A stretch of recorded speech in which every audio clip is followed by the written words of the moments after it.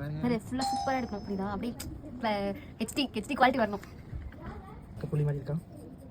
மேக்கிங்ல அப்படிதான் தெரியும். Please don't mistake.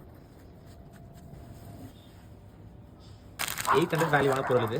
இதை அவங்க எப்படி கொண்டு போக போறாங்கன்ட்டு தெரியல. இப்போ வந்து அந்த சிங்கம் வந்து நிறைய மாறலாம், நிறைய ஓனாயா மாறலாம். இல்ல அனகுண்ட பாம்பா கூட மாறலாம். ரொம்ப கடுப்பாசனா ஃபுல்லா கருப்பு போயிடுச்சு. பிளாக் பண்றா கூட மாட்டோம்.